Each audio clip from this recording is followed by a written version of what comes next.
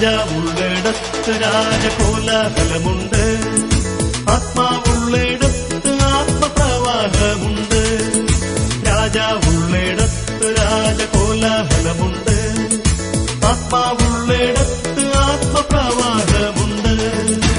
ആരാധനയുണ്ട്, ആരാധനയുണ്ട്, യേശുരാജനുള്ളിടത്ത് ആരാധനയുണ്ട്. ആരാധനയുണ്ട്, ആരാധനയുണ്ട്, ആത്മാവിന്റെ ആരാധനയുണ്ട്.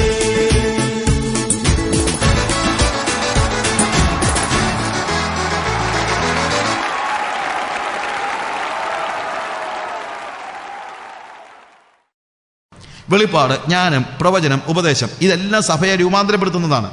അത് പൊതുപ്രയോജനമുള്ളതാണ്. അങ്ങനെ നിങ്ങളുടെ മുമ്പിൽ വരാതെ ഞാൻ വരുമ്പം മുതൽ പോകുന്നത് വരെ ഇവിടെ നിന്ന് അന്യഭാഷ പറഞ്ഞുകൊണ്ടിരുന്നു കഴിഞ്ഞാൽ എന്താണ് അതുകൊണ്ട് നിങ്ങൾക്കുണ്ടാകുന്ന പ്രയോജനം?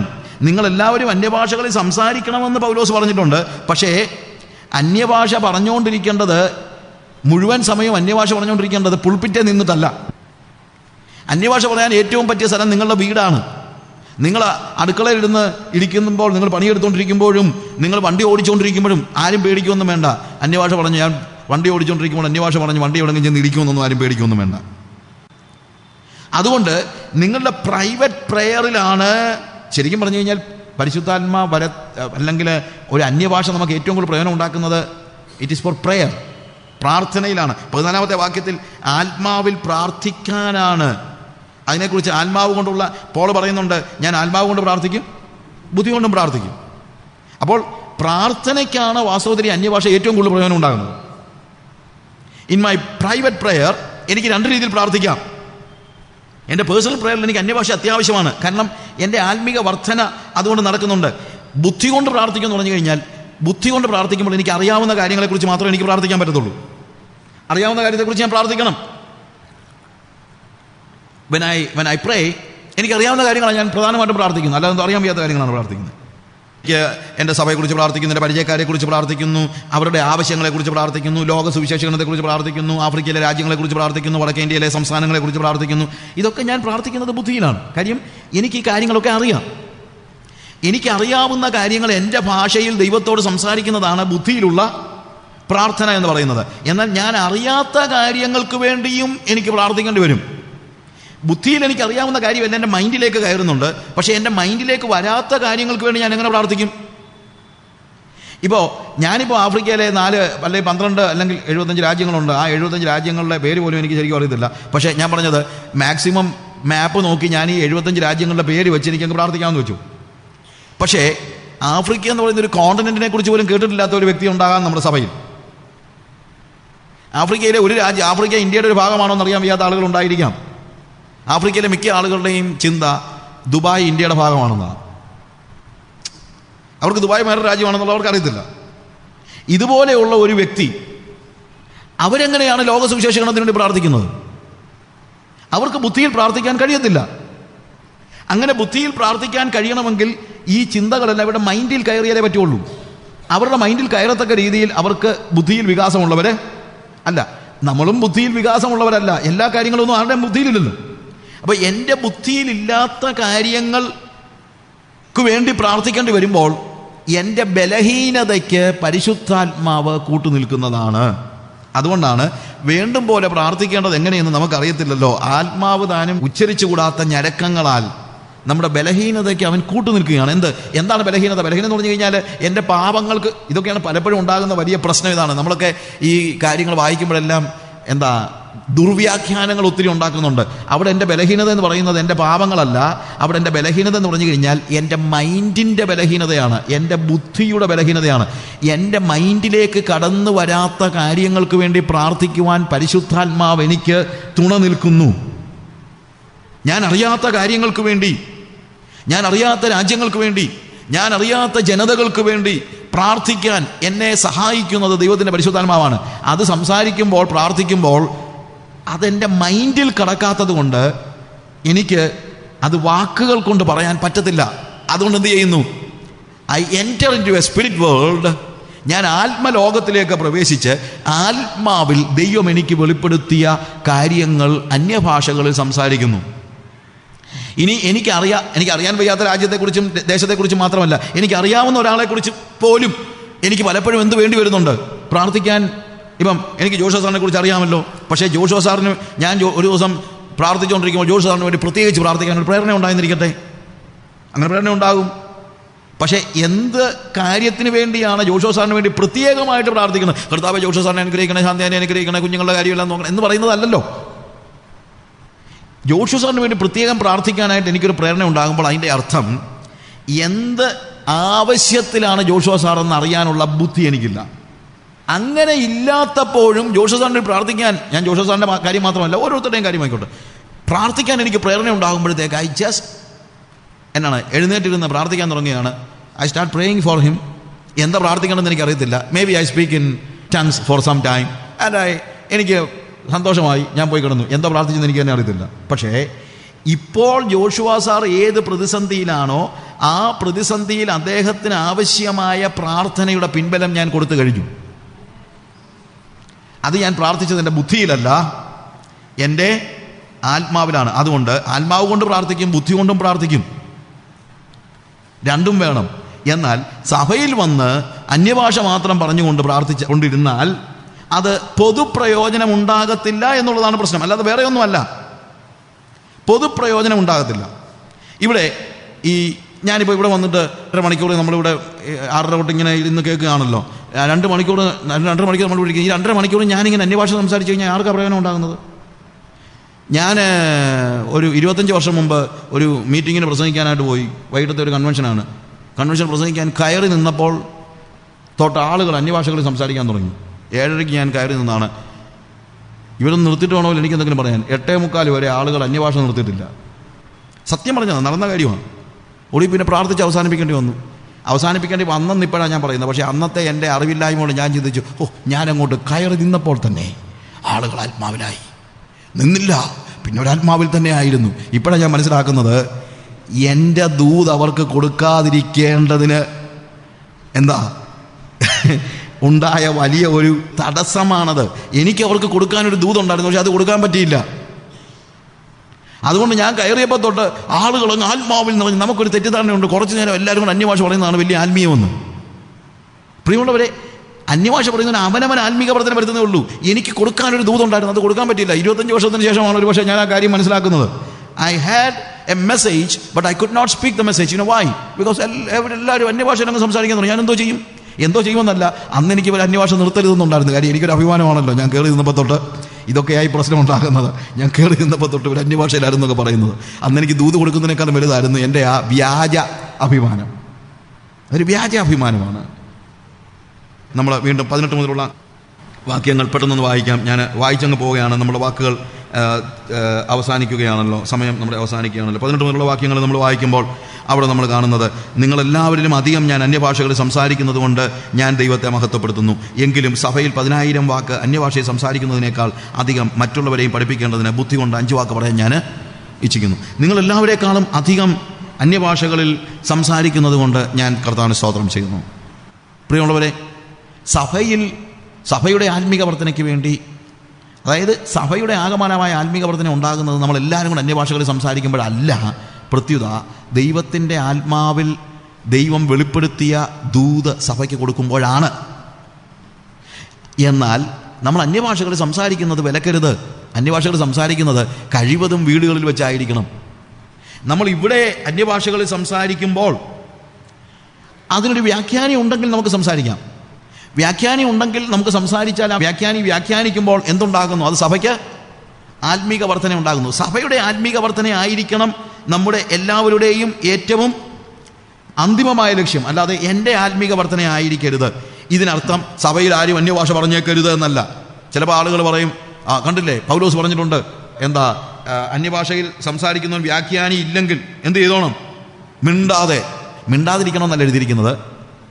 മിണ്ടാതെ തന്നോട് തന്നെ സംസാരിച്ചുകൊണ്ടിരിക്കട്ടെന്ന എന്ന് വെച്ച് കഴിഞ്ഞാൽ, വ്യാഖ്യാനി ഇല്ലെങ്കിൽ നമ്മൾ അന്യഭാഷയിൽ സംസാരിക്കുന്നത് മറ്റൊരാൾക്ക് ബുദ്ധിമുട്ടുണ്ടാക്കുകയോ പ്രസംഗിക്കുന്ന ആൾക്ക് അലങ്കോലമുണ്ടാവുകയോ അരുതെന്ന് അവിടെ പൗലോസ് പറഞ്ഞിരിക്കുന്ന അർത്ഥം. അല്ലാതെ സഭയിൽ വ്യാഖ്യാനി ഇല്ലെങ്കിൽ ആരും അന്യഭാഷയിൽ സംസാരിച്ച് പോയേക്കരുതെന്നല്ല. അതൊരു തെറ്റായ വ്യാഖ്യാനമാണ്.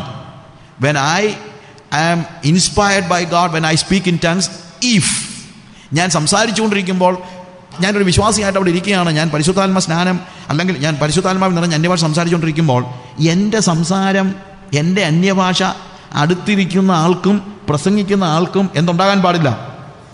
ഒരു പ്രശ്നം ഉണ്ടാകാൻ പാടില്ല. നീ സംസാരിക്കരുതെന്ന് അവിടെ പറഞ്ഞിട്ടില്ല. ഈ പറയുന്ന നമ്മുടെ പല നേതാക്കന്മാരും അന്യഭാഷയെ അംഗീകരിക്കുന്നവരും സഭയിൽ അന്യഭാഷ പറയാൻ സമ്മതിക്കാത്ത സഭകളുണ്ട്. അവർ പറഞ്ഞ അന്യഭാഷയൊക്കെ ഉണ്ട്, പക്ഷെ അത് വീട്ടിൽ ഇരുന്ന് പറഞ്ഞോണം, സഭയെ വന്നിട്ട് പറയാൻ പാടില്ല. കാര്യം സഭയിൽ വ്യാഖ്യാനിയില്ലെങ്കിൽ സംസാരിക്കാൻ പാടില്ല. സംസാരിക്കാൻ പാടില്ലെന്നല്ല, അലങ്കോലം ഉണ്ടാക്കരുതെന്നാണ് പറയുന്നത്. ഇവിടെ ഒരാൾ ആർക്കും ഒരു അലോസരവും ഉണ്ടാക്കാതെ എവിടെയെങ്കിലും ഇരുന്ന് അന്യഭാഷ സംസാരിച്ചിട്ട് ഒരു പ്രശ്നമില്ല. അങ്ങനെ സംസാരിച്ചാൽ പിന്നെ അന്യഭാഷ സംസാരിക്കുന്ന മാത്രമല്ല, പ്രസംഗത്തിനിടയ്ക്ക് ഹല്ലേലൂയ ഹല്ലേലൂയ എന്ന് പറഞ്ഞുകൊണ്ടിരിക്കുകയും ചെയ്യരുത്. അത് പറയുന്നത് ഇതേപോലെ തന്നെ പ്രശ്നമാണ്. കാര്യം എന്തുണ്ടാകും? ദൂത് സംസാരിക്കാൻ പറ്റത്തില്ല. ഞാൻ പറഞ്ഞാൽ മനസ്സിലാക്കണം. ഇവിടെ പോൾ പറയുന്ന അതാണ്, ദൈവം ഭരമേൽപ്പിച്ച ദൂതിന് തടസ്സമായിട്ട് അന്യഭാഷ ഉണ്ടാകാൻ പാടില്ല, ഹല്ലേലൂയ ഉണ്ടാകാൻ പാടില്ല എന്ന് വെച്ചാൽ ആരും ഹല്ലേലൂയ പറയുന്നതല്ല. ഈ ദൂതിന് തടസ്സമാകുന്ന നിലയിൽ, കാര്യം സകലതും ചന്തവും ഉചിതവുമായി വേണം സഭ നടക്കാനായിട്ട്. ദൂതിന് തടസ്സമാകരുതെന്നേ ഉള്ളൂ, അല്ലാതെ സഭയിൽ വന്നാലും അന്യഭാഷ സംസാരിക്കരുതെന്ന് പൗലോസ് പറഞ്ഞിട്ടില്ല. സഭയിൽ അന്യഭാഷയിൽ നമ്മൾ സംസാരിക്കണം. കാര്യം 26-ാം വാക്യം വായിക്കുമ്പോൾ നമ്മൾ അവസാനിപ്പിക്കുകയാണ്. നമ്മൾ അവസാനമായിട്ട് ഞാൻ പറയട്ടെ, സഭയിൽ എന്തൊക്കെ ഉണ്ട് എന്ന് പറയുന്നതിൻ്റെ കൂട്ടത്തിൽ എന്തുമുണ്ട്? അന്യഭാഷയുമുണ്ട്. ആകയാൽ എന്ത് സഹോദരന്മാരെ, നിങ്ങൾ കൂടി വരുമ്പോൾ ഓരോരുത്തരും സങ്കീർത്തനമുണ്ട്, ഉപദേശമുണ്ട്, വെളിപ്പാടുണ്ട്, അന്യഭാഷയുണ്ട്. എവിടെ?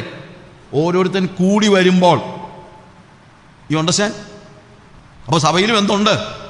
അന്യഭാഷയുണ്ട്, ഭാഷകളുടെ വ്യാഖ്യാനമുണ്ട്, സകലതും ആത്മീക വർധനയ്ക്കായി ഉതകട്ടെ. അന്യഭാഷയിൽ സംസാരിക്കുന്നു എങ്കിൽ 2 പേരോ ഏറിയാൽ 3 പേരോ ആകട്ടെ, അവർ ഓരോരുത്തരായി സംസാരിക്കുകയും ഒരുവൻ വ്യാഖ്യാനിക്കുകയും ചെയ്യട്ടെ. വ്യാഖ്യാനിയില്ലാഞ്ഞാൽ അന്യഭാഷക്കാരൻ സഭയിൽ മിണ്ടാതെ തന്നോടും ദൈവത്തോടും സംസാരിക്കട്ടെ. സംസാരിക്കരുതെന്നല്ല, സംസാരിക്കട്ടെ. പ്രവാചകന്മാർ 2-3 പേർ സംസാരിക്കുകയും മറ്റുള്ളവർ വിവേചിക്കുകയും ചെയ്യട്ടെ. ഇരിക്കുന്നവനായ വേറൊരുത്തിന് വെളിപ്പാടുണ്ടായാലോ ഒന്നാമത്തവൻ മിണ്ടാതിരിക്കട്ടെ. കാര്യം സഭയിൽ അലങ്കോലം ഉണ്ടാക്കരുതെന്നേ ഇതിനകത്ത് അർത്ഥമുണ്ടാകുന്നുള്ളൂ. ദൈവം കലക്കത്തിൻ്റെ ആത്മാവല്ല, സമാധാനത്തിൻ്റെ ആത്മാവ് അത്രയാകുന്നു. പ്രവാചകൻ്റെ ആത്മാവ് പ്രവാചകന്മാർക്ക് കീഴടങ്ങിയിരിക്കുന്നു. എനിക്ക് അന്യഭാഷ പറഞ്ഞുകൊണ്ടിരിക്കുന്നതിന് ഇടയ്ക്ക് നിർത്താനൊന്നും കഴിയാത്ത നിലയിലൊന്നും അല്ല ദൈവം എനിക്ക് അന്യഭാഷ തന്നിരിക്കുന്നതൊക്കെ. എനിക്ക് അന്യഭാഷ നിർത്തണമെങ്കിൽ നിർത്താനും പറ്റും, സംസാരിക്കണമെങ്കിൽ സംസാരിക്കാനും പറ്റും, ചെറിയ രീതിയിൽ സംസാരിക്കാനും പറ്റും. പുതുതായിട്ട് പരിശുദ്ധാത്മാ സ്നാനം പ്രാപിക്കുമ്പോൾ പക്വതയില്ലാത്തത് കൊണ്ട് ചിലപ്പോൾ ഇതൊക്കെ നിർത്താനും പറയാനും ഒക്കെ ബുദ്ധിമുട്ടുണ്ടായിരിക്കുന്നുള്ളതേ ഉള്ളൂ. പക്വതയായി കഴിയുമ്പോൾ എനിക്ക് അന്യഭാഷയിൽ സംസാരിക്കുമ്പോൾ സംസാരിക്കാനും അല്ലാത്തപ്പോൾ സംസാരിക്കാതിരിക്കാനും ഒക്കെ പ്രവാചകൻ്റെ ആത്മാവ് പ്രവാചകന് കീഴടങ്ങിയിരിക്കുകയാണ്.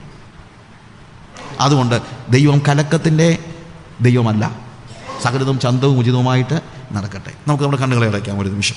ദൈവത്തോട് സംസാരിക്കാൻ കർത്താവ് നമുക്ക് നൽകിയിരിക്കുന്ന എത്ര വലിയൊരു പ്രിവിലേജാണ് അന്യഭാഷകൾ എന്നുള്ളത് നമ്മളൊന്ന് ഓർത്ത് നോക്കുക. അത് ഇന്നവിറ്റബിൾ ആണോ, അതില്ലെങ്കിലും എനിക്ക് സ്വർഗത്തിൽ പോകാൻ കഴിയില്ല എന്നുള്ള ചോദ്യത്തിനൊന്നും പ്രസക്തിയില്ല. നമ്മുടെ സ്വർഗപിതാവിനോട് സംസാരിക്കാൻ കർത്താവ് നമുക്ക് നൽകുന്ന വലിയൊരു അവസരം. ആത്മാവ് സകലത്തെയും ദൈവത്തിൻ്റെ ആഴങ്ങളെയും ആരായുന്നു. അത് മനുഷ്യൻ്റെ ആത്മാവിനെ മനസ്സിലാക്കാൻ കഴിയുന്നതല്ല. ദൈവം നമുക്ക് നൽകിയിരിക്കുന്ന പരിശുദ്ധാത്മാവിനാൽ മാത്രമേ ദൈവത്തിൻ്റെ ആത്മാവിലുള്ളത്, ദൈവത്തിൻ്റെ ആഴങ്ങളിലുള്ളത്, ദൈവത്തിൻ്റെ ഹൃദയത്തിലുള്ളത് എന്താണെന്ന് തിരിച്ചറിയാനായിട്ട് നമുക്ക് കഴിയത്തുള്ളൂ. ആത്മാവിൻ്റെ ലോകത്തിലേക്ക് പ്രവേശിച്ച് ദൈവത്തിൻ്റെ ആഴങ്ങളെ ആരാഞ്ഞുകൊണ്ട് അവൻ്റെ സാന്നിധ്യത്തിൽ ഒരു അമ്മയുടെ മാർവിൽ കുഞ്ഞെന്നതുപോലെ ചാരിയിരുന്ന് ആശ്വാസം പ്രാപിക്കുന്നത് ഒരു വലിയ ആത്മിക അനുഭവമാണ്. അവിടെ ദൈവം നമ്മുടെ ആത്മാവിലേക്ക് പകർന്നു തരുന്ന ആത്മാവിൻ്റെ മർമ്മങ്ങളെ നമ്മുടെ ബുദ്ധിയിലൂടെ കടത്തിവിടാൻ കഴിയാത്തത് കൊണ്ട് നമുക്കൊരു പക്ഷേ നമ്മുടെ വൊക്കാബുലറിയിൽ നമ്മൾ പഠിച്ചു വെച്ച ഭാഷയിൽ അതിനെ സംസാരിക്കാൻ കഴിയാതെ വന്നേക്കാം. എന്നാൽ ആത്മാവിൽ സംസാരിക്കുന്നവൻ അന്യഭാഷകളിൽ സംസാരിക്കുന്നു. അവൻ അന്യഭാഷകളിൽ സംസാരിക്കുന്നു, ദൈവത്തോട് സംസാരിക്കുന്നു. അവൻ തനിക്ക് താൻ ആത്മീക വർധന വരുത്തുന്നു. കൃപാവരങ്ങളിൽ വ്യത്യാസമുണ്ട്. എല്ലാവരിലും വ്യാപരിക്കുന്ന ദൈവം ഒരുവൻ. അത് മറ്റുള്ളവരുടെ പ്രയോജനത്തിനായി. ഒരു ശരീരത്തിൻ്റെ അവയവം മറ്റൊരു അവയവത്തെ ശുശ്രൂഷിക്കുന്നത് പോലെ നമുക്ക് ലഭിച്ച ദൈവകൃപയുടെ വിവിധമായ ദൈവകൃപയുടെ നല്ല ഗൃഹവിചാരകന്മാരായിക്കൊണ്ട് നമുക്ക് അന്യോന്യം ശുശ്രൂഷിപ്പാൻ ദൈവമായ കർത്താവ് നമ്മളെ സഹായിക്കട്ടെ. പ്രിയമുള്ളവരെ, ആരെങ്കിലും ഈ കൃപാവരങ്ങളെ ലഘുവായി കരുതുന്നുവെങ്കിൽ, പ്രിയമുള്ളവരെ, നിങ്ങൾക്ക് ദൈവം തുറന്നു വച്ചിരിക്കുന്ന ഈ വിശാലമായ ആത്മാവിൻ്റെ വാതിൽ നിങ്ങൾ അടച്ചു കളയുകയാണ്. ഒരു വലിയ ലോകം നിങ്ങൾക്ക് നഷ്ടപ്പെടുകയാണ്.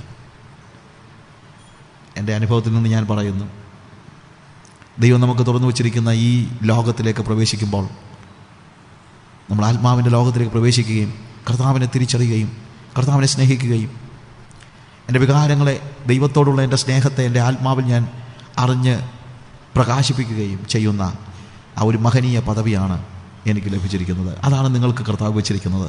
അതാണ് എല്ലാവർക്കും കർത്താവ് ഒരുക്കി വെച്ചിരിക്കുന്നത്. അവൻ്റെ മക്കൾക്ക് വേണ്ടി ദൈവം ഒരുക്കിയിരിക്കുന്ന ഈ വിശാലമായ ലോകത്തിലേക്ക് പ്രവേശിക്കുവാൻ നിങ്ങളെ മാന്തിക്കരുത്. പരിശുദ്ധാത്മാവിൻ്റെ വരങ്ങളെപ്പറ്റി നമ്മൾ വളരെ ഫാസ്റ്റായിട്ട് ചില കാര്യങ്ങൾ പഠിച്ചെന്നുള്ളതേ ഉള്ളൂ. എന്നാൽ ഈ പഠനം കൊണ്ട് മാത്രം കാര്യമാകുന്നില്ല. ഈ ആത്മാവിൻ്റെ ലോകത്തിലേക്ക് പ്രവേശിക്കുവാൻ നമ്മൾ ഓരോരുത്തരും തയ്യാറാകണം.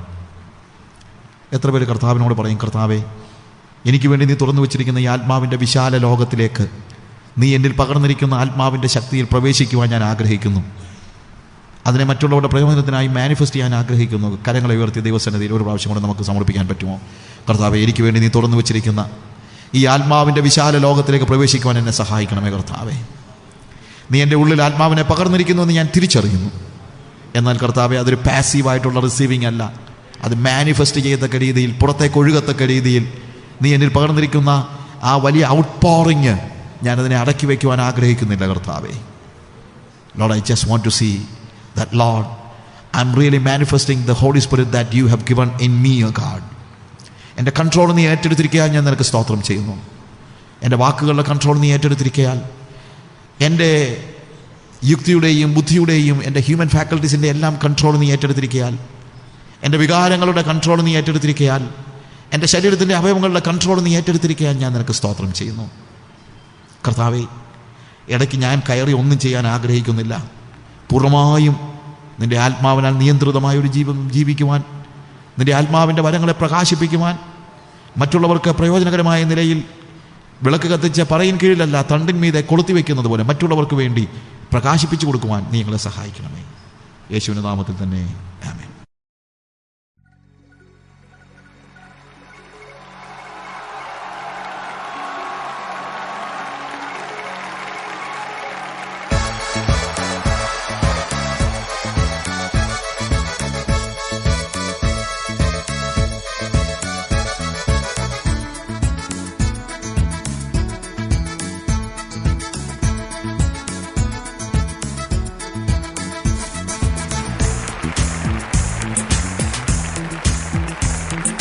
രാജാവുള്ളിടത്ത് രാജകോലാഹലമുണ്ട്, ആത്മാവുള്ളിടത്ത് ആത്മപ്രവാഹമുണ്ട്. രാജാവുള്ളിടത്ത് രാജകോലാഹലമുണ്ട്, ആത്മാവുള്ളിടത്ത് ആത്മപ്രവാഹമുണ്ട്. ആരാധനയുണ്ട്, ആരാധനയുണ്ട്, യേശുരാജനുള്ളിടത്ത് ആരാധനയുണ്ട്. ആരാധനയുണ്ട്,